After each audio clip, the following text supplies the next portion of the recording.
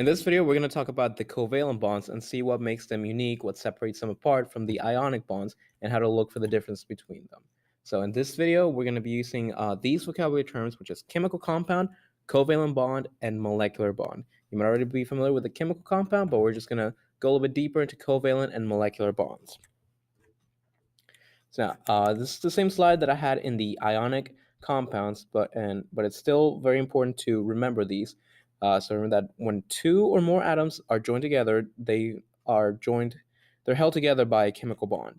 And these chemical bonds are made of valence electrons, and it's really important to know the ratio between elements, how many atoms of each element we have, because in this example here, CO and CO2, they're both compounds made of just carbon and oxygen. They have the same elements, but because they have different number of atoms, that makes them completely different compounds.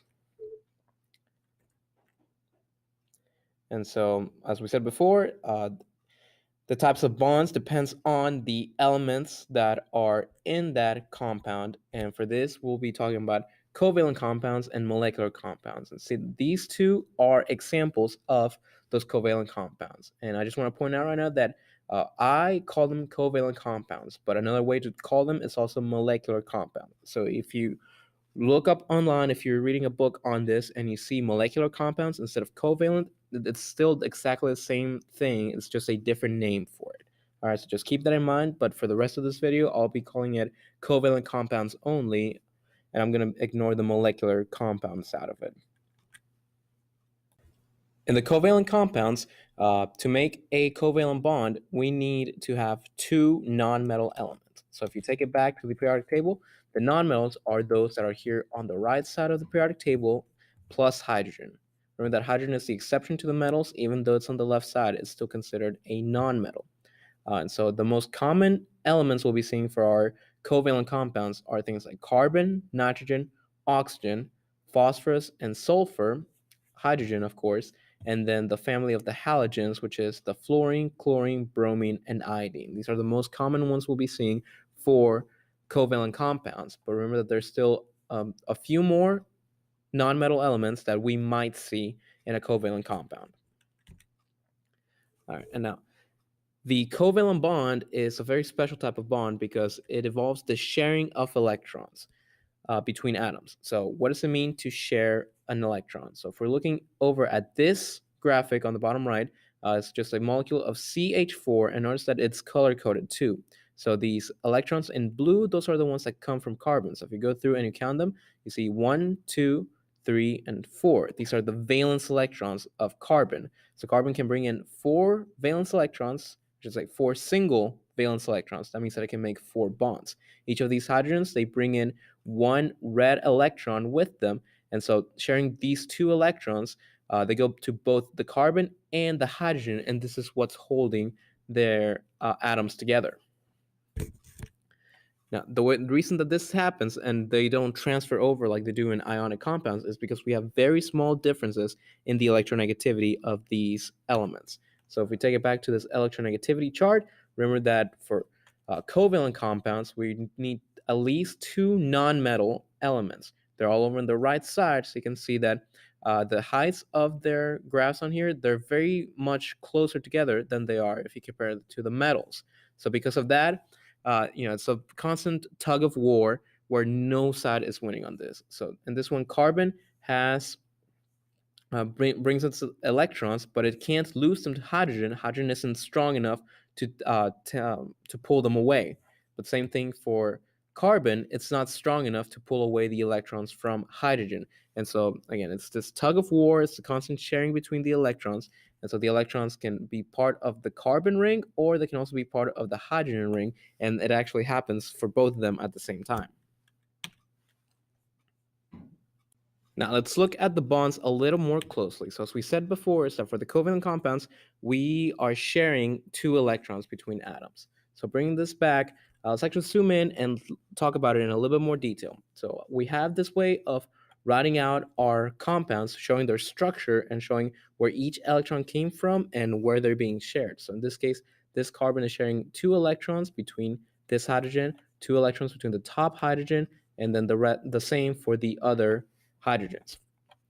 Now, it takes a little bit of effort to write a structure like this, just keeping track of all your electrons. So there's actually an easier way to write these out. So let's go ahead and look at that. So to do that, I need to take my atoms and copy them over on the right side. I want to keep the same structure on this, but I'm just going to connect them a little bit differently. Where in this case, I'm going to take the carbon and the hydrogen, and I'm going to connect them with a line.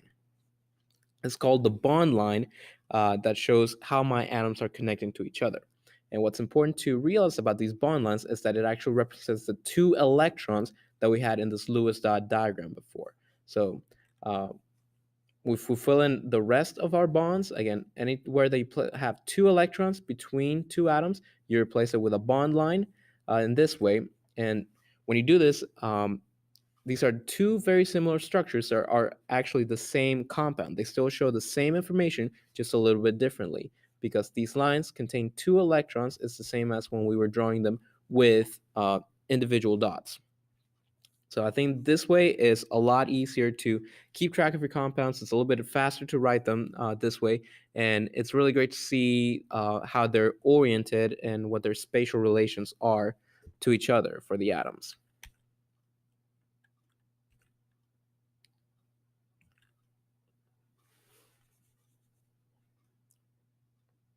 Three, two. And let's talk about some more details about these bonds that we can have. So let's break it down and make it a little bit more simple. Let's say that we were looking at this structure of just two hydrogen atoms being bonded together. They're sharing these two electrons, right? So the next way we can write this is, instead of the two electrons, we can draw a line connecting the two atoms. And again, this is still the same structure, same information, just drawn a little bit differently. But what I want to point out at this point is that some atoms can make more than one bond. So let's start with just one. So when you do this, we have just the single bonds of hydrogen.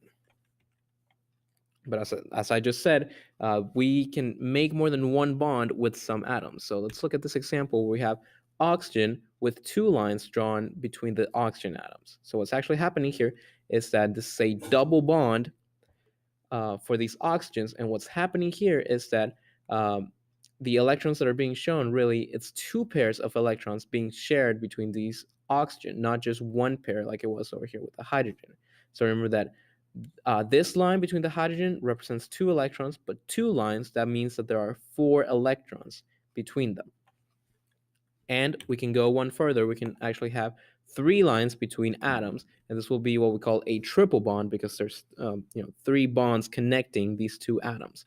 And same thing, each line represents two electrons. So if you're to write the Lewis dot diagram, you would show 6 electrons total between the nitrogens. It's three pairs of two.